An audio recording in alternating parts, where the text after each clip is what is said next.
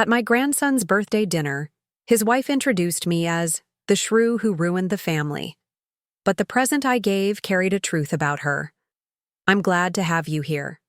Follow my story until the end and comment the city you're watching from, so I can see how far my story has reached.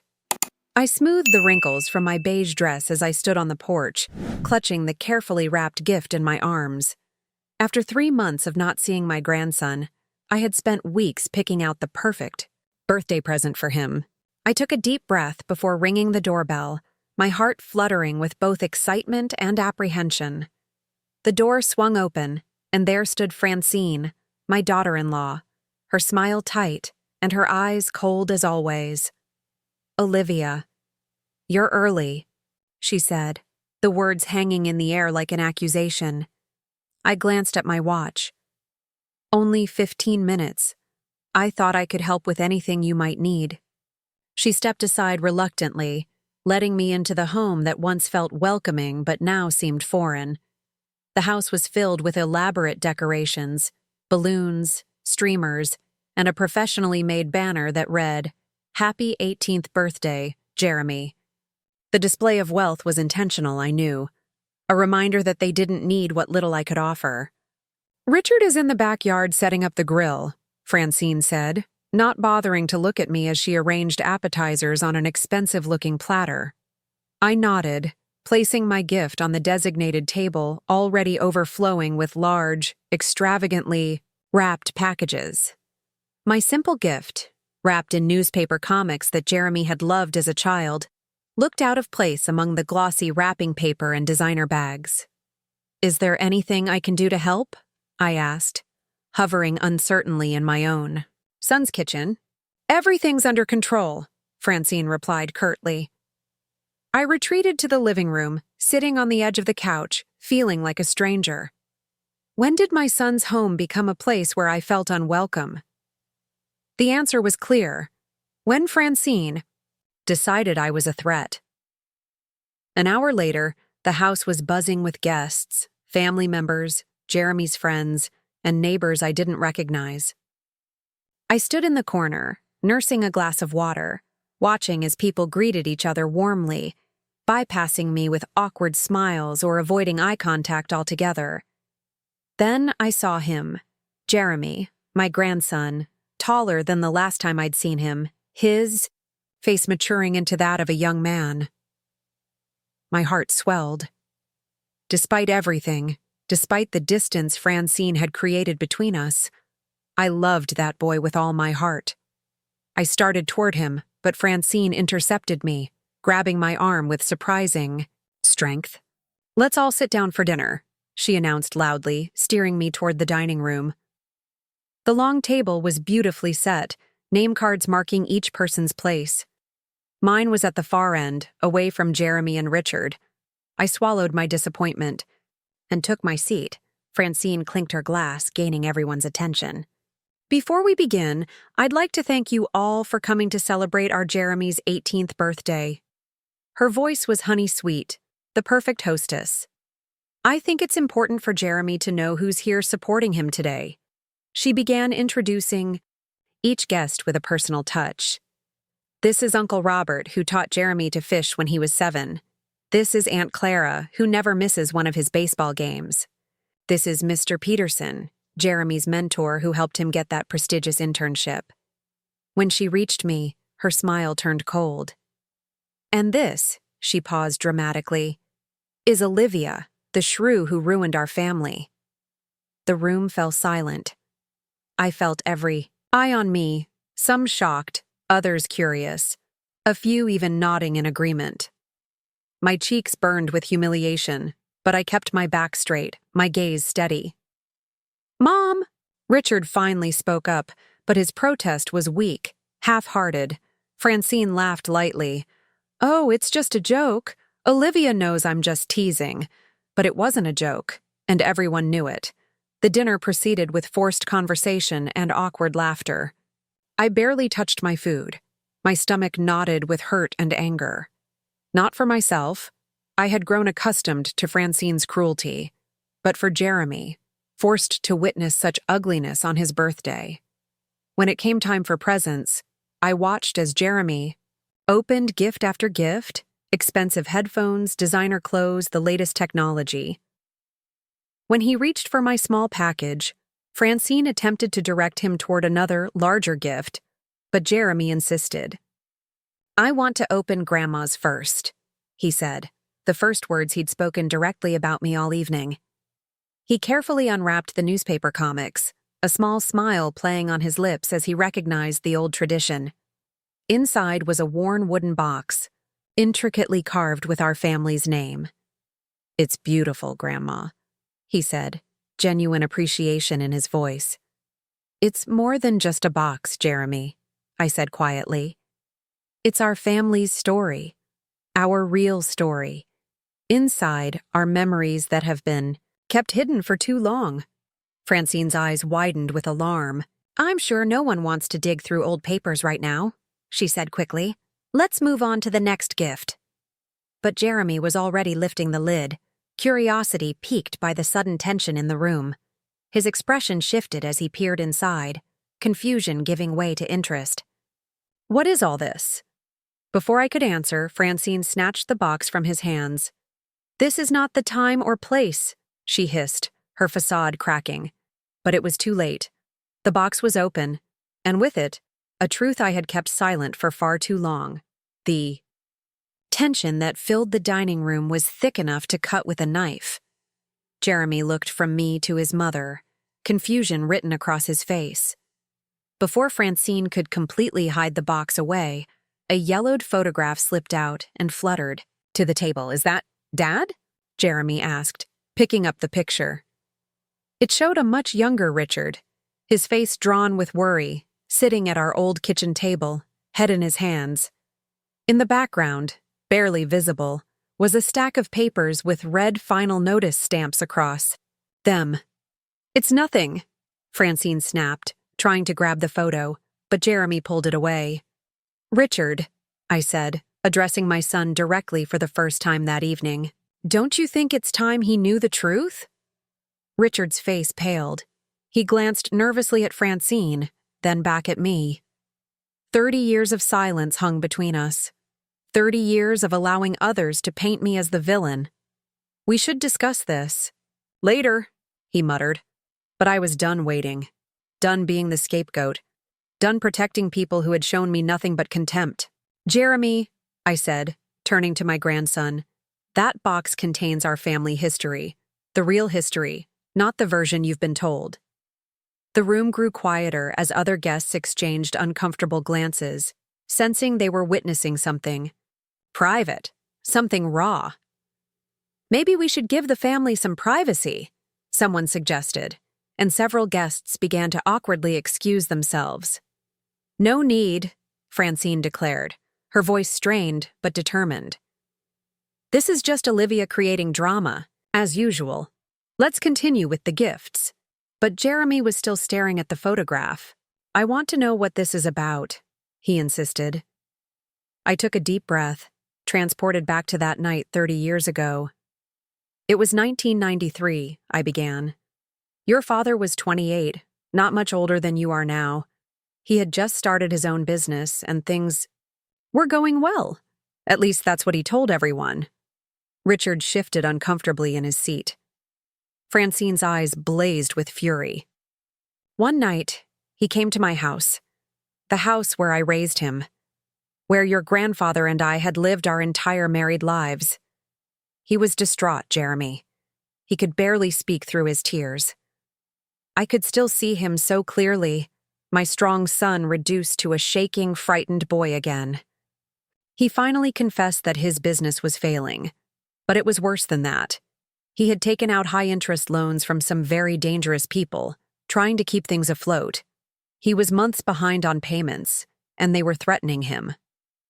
Jeremy's eyes widened. This was not the successful father he had always known, the man who preached financial responsibility and careful planning. "Your father owed $175,000, I continued. An enormous sum back then, and even now. He had no way to pay it back. These weren't the kind of lenders who would simply take him to court. They had made other threats. This is ancient history, Francine interrupted, her voice brittle. And highly exaggerated. I ignored her. I was a widow, Jeremy. Your grandfather had been gone for 5 years by then. I was living on his pension and what I earned as a school secretary. I didn't have that kind of money in the bank. Richard stared at his plate, unable to meet anyone's eyes. But I did have one asset, our family home. It had been paid off years ago, and the neighborhood had become desirable. It was worth about $230,000 at that time. I paused, the pain of what came next still fresh even after all these years. I sold my home, Jeremy. The only home I'd ever owned. The place where your father grew up, where all our family memories lived. I gave Richard the money to pay off those loans, and enough to start over properly with legitimate business loans. This time, a few gasps echoed around the table from the guests who had remained. That's what happened? Jeremy asked his father. Grandma sold her house to save you? Richard nodded almost imperceptibly. Where did you live after that, Grandma? Jeremy asked, turning back to me. I rented a small apartment. It was all I could afford after giving most of the money to your father. I had planned to live in that house for the rest of my life, but I shrugged. Family comes first. And did Dad pay you back when his business took off? Jeremy's question hung in the air like a challenge. The silence that followed was answer enough. It wasn't that simple, Richard finally said, his voice hoarse. The business struggled for years afterward. By the time things turned around, we had the expenses of raising you, the mortgage on this house. But you told me you built your business from nothing, Jeremy said, confusion and disappointment clouding his features. You always said Grandma never supported your dreams, that she tried to hold you back. Because that's what he started, telling himself, I said softly. It's easier than living with the guilt of knowing what I sacrificed. Francine stood abruptly, her chair scraping against the hardwood floor. This is exactly why we keep you at a distance, Olivia. You twist everything, make yourself the martyr. The proof is in that box, I replied steadily. The deed to my house. The transfer of funds, the letters I wrote to Richard afterward, asking only for small repayments when I struggled to make rent, letters that went unanswered. You gave Richard that money as a gift, Francine insisted. And then you held it over. His head for years trying to control him, control us. Is that what he told you? I asked, genuinely curious. She didn't have to tell me anything. Richard finally spoke up, his voice tight with suppressed emotion. I was there, Mom. You never let me forget what you did. Every holiday, every birthday, you'd find some way to remind me of your sacrifice. I sat back, stunned. Was that how he remembered it? Had his guilt twisted his memories so thoroughly? Richard, I said, my voice barely above a whisper. I never once asked for the full amount back. Not once. I only came to you 3 times in 30 years when I was truly desperate. I lost my home for you, and in return, you shut me out of your life. Jeremy was looking through the box now, pulling out old documents, letters, photographs, evidence of a family history he'd never known.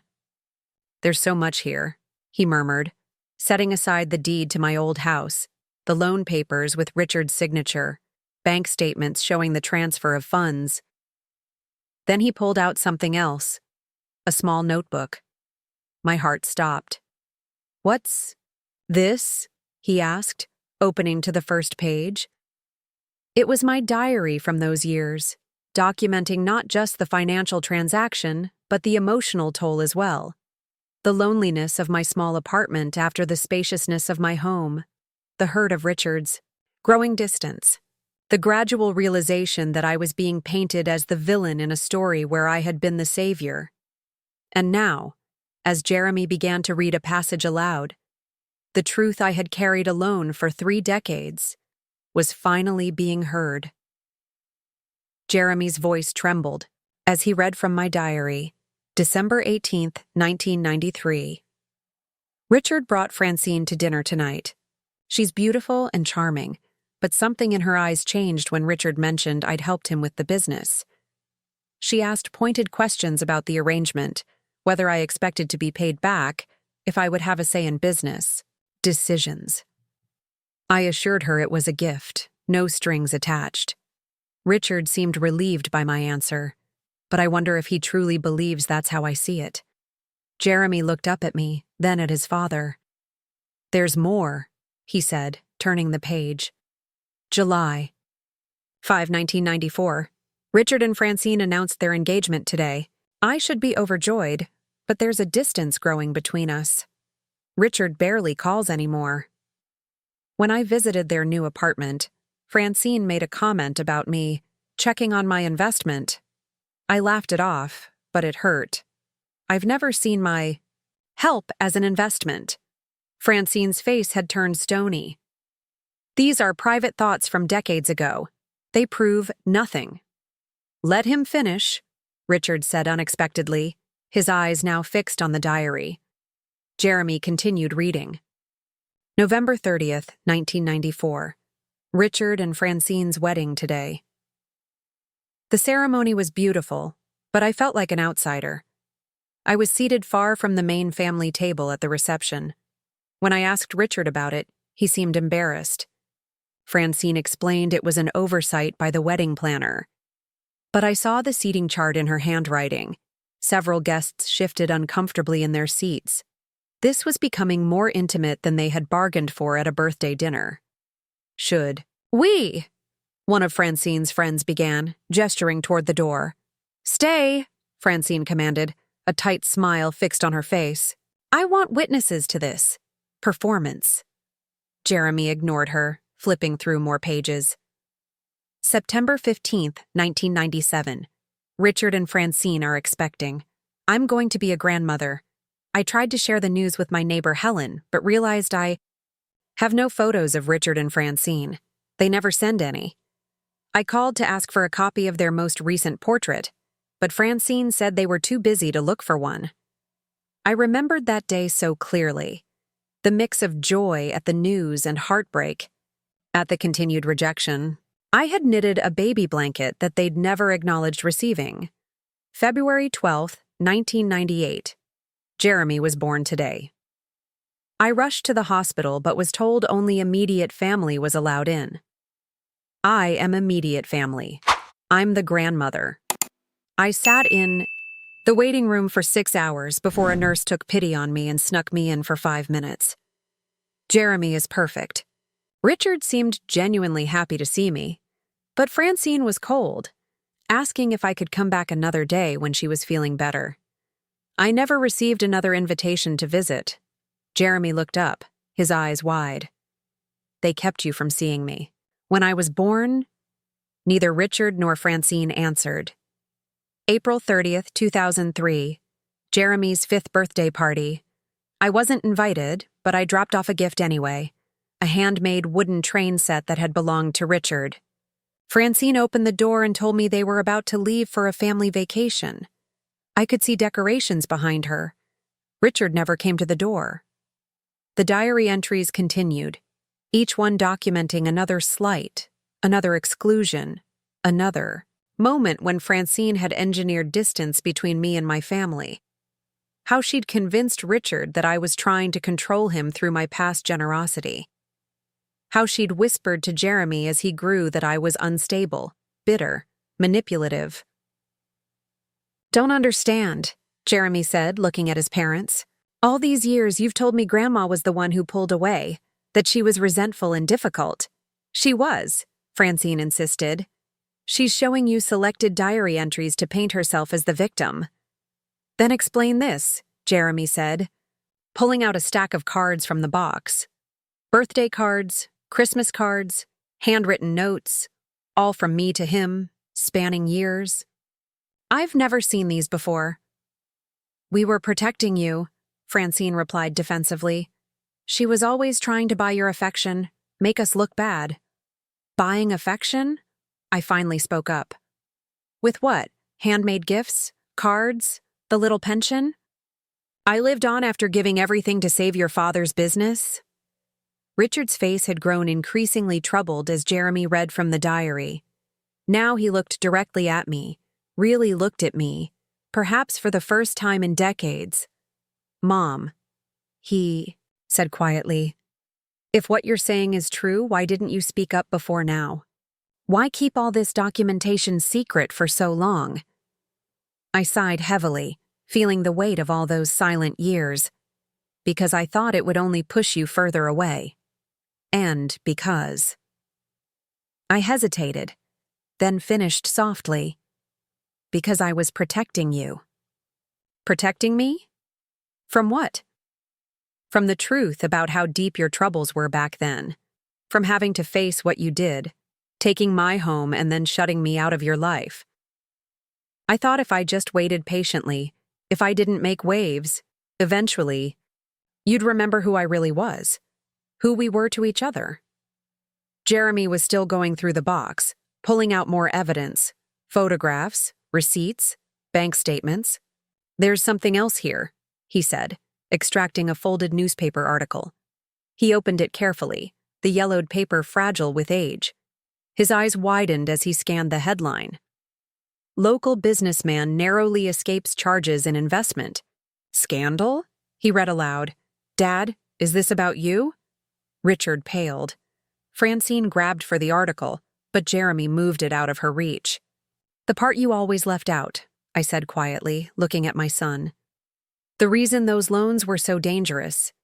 It wasn't just money you owed, was it, Richard?" The room fell completely silent as the final, darkest secret of our family hovered on. The edge of revelation. Richard's hands trembled as he reached for his water glass. The newspaper article lay on the table between us, its headline screaming a truth he'd buried for decades. "It wasn't just about the money," I said softly. "You were in trouble with the law." "Dad?" Jeremy's voice cracked with disbelief. Richard closed his eyes briefly, then opened them, resignation written across his face. "It was complicated. I was young, desperate to succeed. You made promises to investors that you couldn't keep," I finished for him. "You diverted funds. You were facing serious charges, Richard." "I never intended to defraud anyone," Richard protested weakly. "The market turned. Investments went bad. I was just trying to keep things afloat until they improved." "The investigators didn't see it that way," I reminded him. "They were building a case against you." Jeremy scanned the article, his expression growing increasingly troubled. "It says charges were abruptly dropped due to lack of sufficient evidence and administrative issues with the case." He looked up sharply. "What really happened?" The silence stretched between us like a chasm. Francine's face had lost its hostility, replaced by something closer to fear. "Tell him," I urged Richard. "Tell him why those charges disappeared." Richard swallowed hard. "Mom used her connections." "Connections?" Jeremy repeated, confused. "My brother, your great-uncle William," I explained. "He was a judge, not in the jurisdiction handling Richard's case, but he knew people. I begged him to help, to find a way to make it go away." "You did that?" Jeremy asked me. I nodded. "William called in favors. Evidence disappeared. Paperwork was mishandled. The case fell apart." That's illegal," Jeremy whispered. "Yes," I admitted. "And William risked his entire career to do it. He died 2 years later, and we never spoke of it again."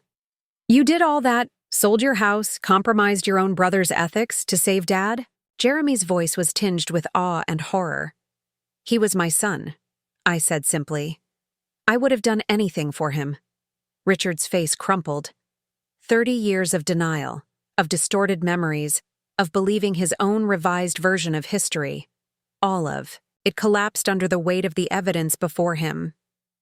"I convinced myself that you helped because you wanted to control me," he said hoarsely. "That your money came with strings attached." "The only string was that I wanted to remain in your life," I replied. "To know my son, to know my grandson." Francine stood abruptly, her chair scraping against the floor. This is ancient history. What's the point of dredging it up now, on Jeremy's birthday of all days? Because it's time for the truth, I said, meeting her gaze steadily. For 18 years, you've painted me as the villain in Jeremy's life. You've twisted Richard's memories until even he believed your version of events. Everything I did was for my family, Francine insisted, but her voice lacked its usual conviction. No, Jeremy said, surprising us all. Everything Grandma did was for her family. What you did was build a wall to keep her out. He turned to me, eyes shining with unshed tears. Why didn't you fight harder, Grandma? Why did you let them push you away? It was the question that had haunted me for years. Why had I accepted my exile so completely? Why had I allowed them to rewrite our history? I thought it was temporary, I admitted. I kept believing that Richard would remember the truth on his own, that he'd see through the manipulation. And I was afraid that if I pushed too hard, I'd lose even the small connection I still had. And you thought giving him this box now would change things? Francine asked, her tone sharp but less certain than before. I thought Jeremy deserved to know his family's real history before he goes out into the world, I said. He's 18. Now, a man, old enough to make his own judgments. There's something else here, Jeremy said suddenly, his attention back on the box. He pulled out a small velvet pouch. What's this? I smiled faintly. Open it. Jeremy loosened the drawstring and tipped the contents into his palm. A set of keys fell out, along with a folded document. Keys? He asked, puzzled. To my apartment, I explained. And the deed to it. Jeremy unfolded the document, his eyes widening as he read. You're giving me your apartment? But where will you live? I'm not giving it to you to live in, I clarified. It's an investment property now. I bought it 10 years ago when the building converted to condos. It's in a good neighborhood, values are rising. I've been renting it out, saving the income. I reached into the box and extracted a bank statement, handing it to Jeremy. This is the account where I've been depositing the rental income. It's in your name, a trust that matures today, on your 18th birthday. Jeremy stared at the balance, his jaw dropping.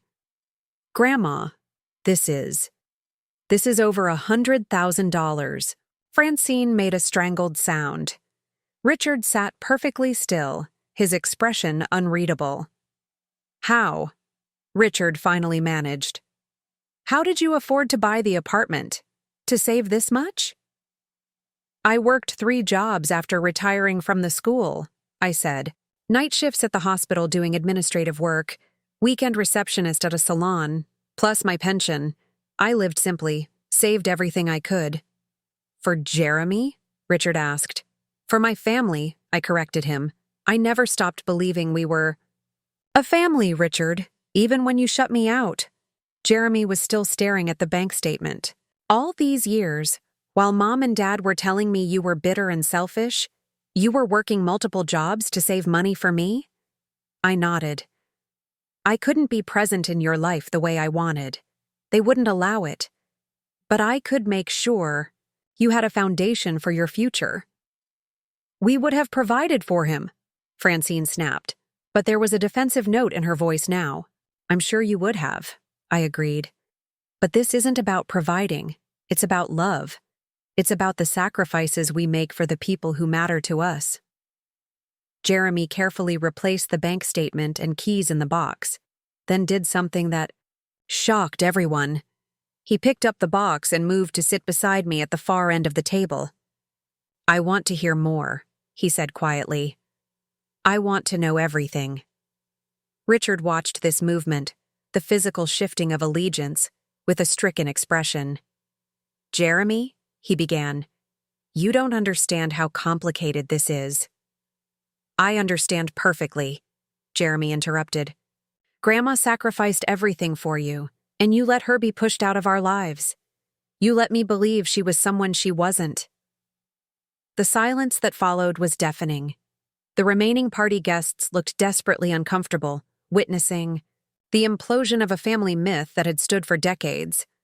Then Richard did something I never expected. He stood up and moved to my other side, taking the seat next to me.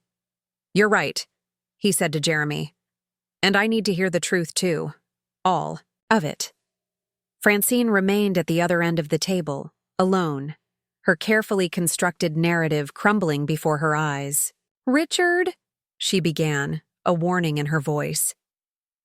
But for the first time in our long, painful history, my son didn't look to his wife for direction. Instead, he turned to me, his eyes clear and present in a way they hadn't been for 30 years. "I'm sorry, Mom," he said softly. "I'm so sorry." "Sorry doesn't fix this, Richard." Francine's voice cut through the moment, sharp and cold. She stood up, smoothing her designer dress with trembling hands. 30 years of marriage? And you're choosing her side just like that? "This isn't about sides," Richard replied, his voice steadier than before. "It's about the truth." The remaining party guests began to slip away, murmuring awkward excuses. Within minutes, only family remained in the dining room: Richard, Francine, Jeremy, and me.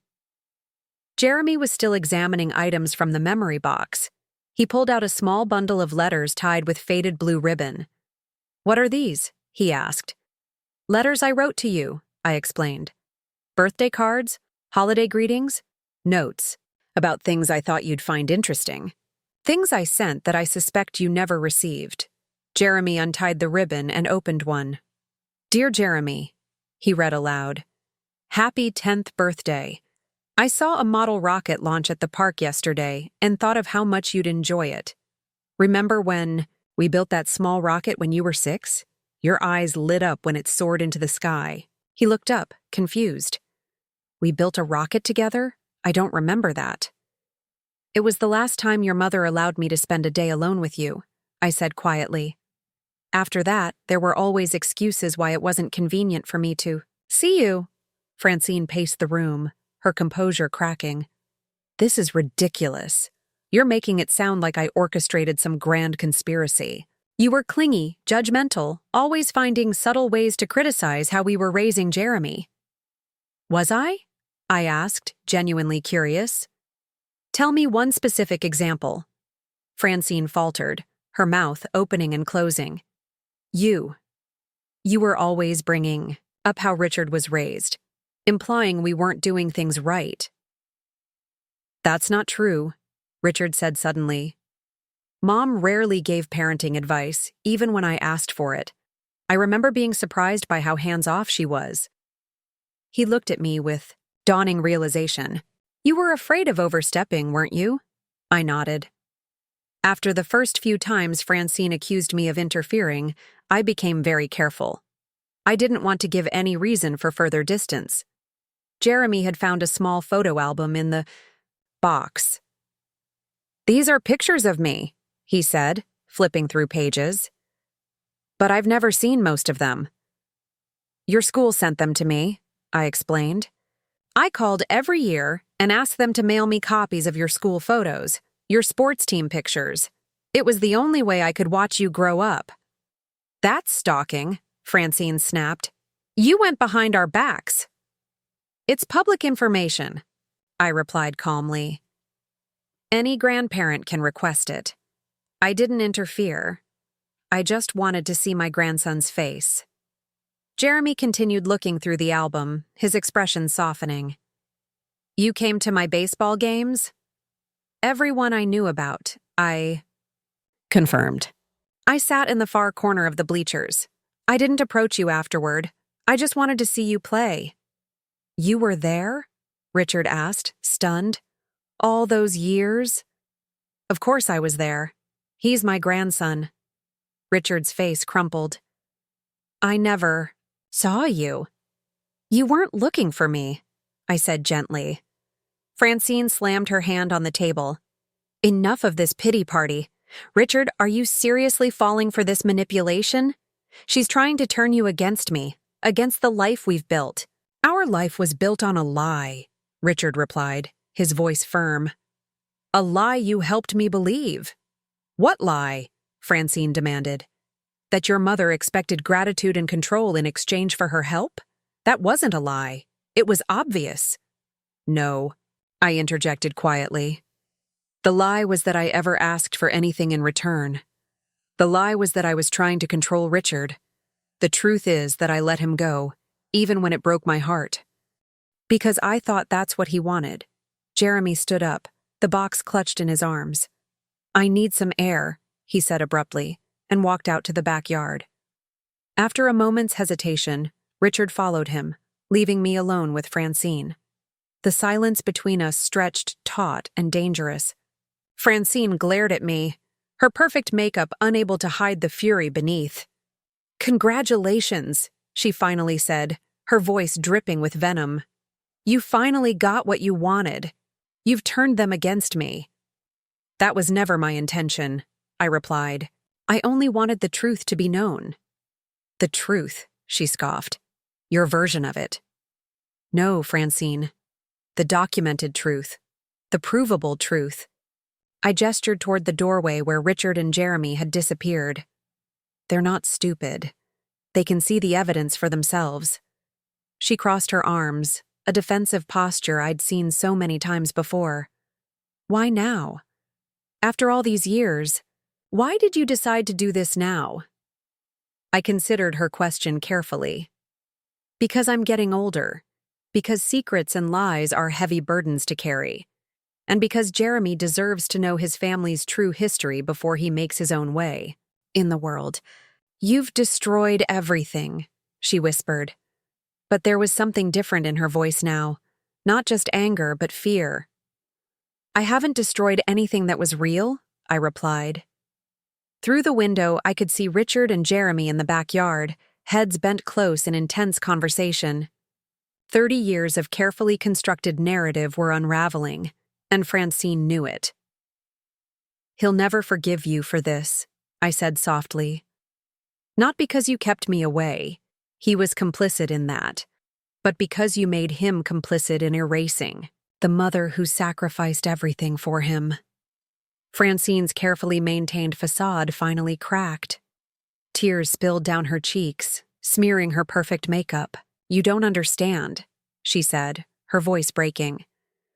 I was protecting him. From what? From the shame. From knowing what he'd done, taking your home, the legal trouble, all of it. I saw how it was eating him alive. The guilt. I helped him rewrite the story so he could live with himself. For the first time, I glimpsed something like genuine emotion from her. A desperate, misguided love for my son. And for that, you had to make me the villain? I asked. She wiped her tears, leaving streaks of mascara across her cheeks. It was easier that way. Cleaner. For whom? She had no answer to that. Through the window, I saw Richard embrace Jeremy, both of them wiping tears from their faces. Then they turned toward the house, their expressions set with resolve. The door opened, and they walked back in. The confrontation I had avoided for 30 years was finally, inevitably, here. Richard and Jeremy stood in the doorway, their faces showing the aftermath of tears, but also a new determination. The dining room felt charged with the weight of 3 decades of silence finally broken. I've been an idiot, Richard said simply, looking directly at me. A coward.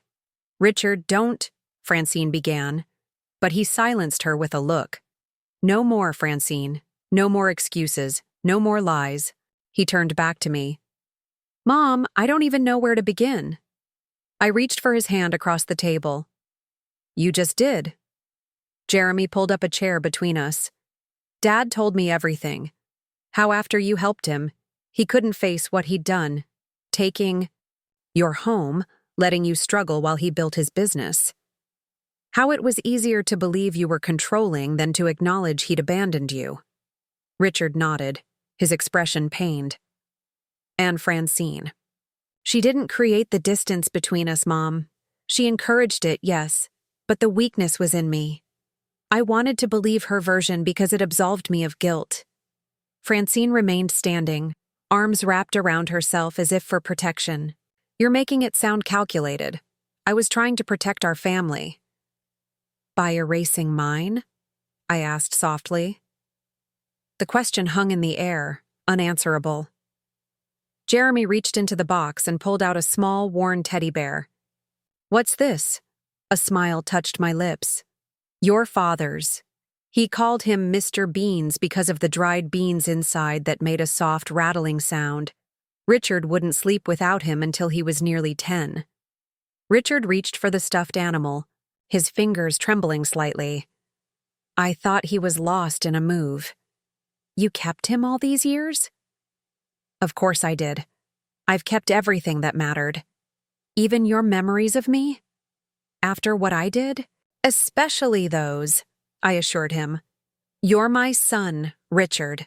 Nothing changes that. Not distance, not misunderstandings, not even years of silence. Francine made a small, choked sound. For the first time, I looked at her, really looked at her, and saw not just my longtime adversary, but a woman afraid of losing everything she'd built. Francine, I said carefully, I didn't come here today to destroy your family. Then why? She asked, her voice barely above a whisper. To reclaim my place in it, I replied. Not to take yours. Richard stood up, moving to his wife's side. This doesn't have to be a competition, Francine. My mother isn't a threat to you. She never was. You don't understand, Francine said, her composure cracking. If she's right, if I've been wrong all these years, what does that make me? Human, I suggested. Flawed, like all of us. Jeremy had been quiet, absorbing everything. Now he spoke, his voice steady beyond his years. I want to know my grandmother. Really know her, not the version I've been told about. Of course, Richard agreed immediately, then, cautiously, to Francine. That's reasonable, isn't it? Francine's shoulders slumped slightly. Not surrender, but perhaps resignation. Do whatever you want. You will anyway. Mom, Jeremy said, surprising us all by addressing Francine directly. This isn't about choosing sides. It's about fixing something that never should have been broken. Richard looked at his son with undisguised pride. Then he turned to me, his expression solemn. The money you gave Jeremy, I want to match it. Double it. It's the least I can do. That's not necessary, I began. But he shook his head. It's not about necessity, Mom. It's about finally doing the right thing. I felt something unclench inside. Me? A tightness I'd carried for so long I'd forgotten it was there. Not just about the money, but about being heard, being believed. There's one more thing in here, Jeremy said, reaching to the bottom of the box. He pulled out a small velvet jewelry box. What's this? Open it, I urged. Inside was a simple silver locket on a delicate chain. Jeremy carefully opened it to reveal 2 photos, a baby Richard on one side and a baby Jeremy on the other. Had it made when you were born? I explained. I've kept it with me every day since. The 2 most important people in my life. Jeremy closed the locket and handed it back to me. You should wear it now. No more hiding. With trembling fingers, I fastened the chain around my neck, feeling the weight of the locket settle against my heart. No more hiding, indeed. Richard cleared his throat. Mom, would you? Would you stay? The party's pretty much ruined. But maybe we could have dinner. Just family. Family. The word I'd waited 30 years to hear again. I'd like that, I said simply. Francine hesitated, then nodded stiffly. Not enthusiastic, but not opposing it either. A beginning. As Richard and Jeremy began clearing the abandoned party decorations, I found myself alone with Francine for a moment. This won't be easy, she said quietly. For any of us. Most important things aren't, I agreed. I'm not going to suddenly pretend we're best friends. I wouldn't expect that, I assured her. But maybe we could try being civil. For Richard's sake, for Jeremy's. She studied me for a long moment, then gave a single, decisive nod. I can do civil. It wasn't forgiveness. It wasn't even truly peace. But it was acknowledgement, and after 30 years of being treated as invisible, that felt like a victory. Later that evening, as we sat around the dining table eating reheated birthday dinner, I watched Richard laugh at something Jeremy said, a real laugh, unguarded and genuine. Jeremy was animated, asking me questions about his father as a child, about my life, about the years we'd missed. Even Francine contributed occasionally, her responses terse but not hostile. It wasn't perfect. There were awkward silences, moments of tension when old habits threatened to resurface. Healing would take time, perhaps years. But as I sat there, the silver locket warm against my skin, I felt something I hadn't experienced in decades: belonging. The truth had finally been spoken, the silence broken. The careful fiction Francine had constructed had crumbled, but in its place, something authentic was beginning to grow. I had come to this house expecting to be treated as an outsider once again. Instead, I was reclaiming my rightful place, not as an intruder, but as the mother and grandmother I had always been. "More wine, Mom?" Richard asked, holding up the bottle. Mom, not Olivia, not Jeremy's grandmother. Mom. I smiled and held out my glass. Yes, please. Freedom, I realized, wasn't about escaping the past. It was about bringing it into the light, where its power to harm could finally fade. The memory box had served its purpose. Now it was time to make new memories, together.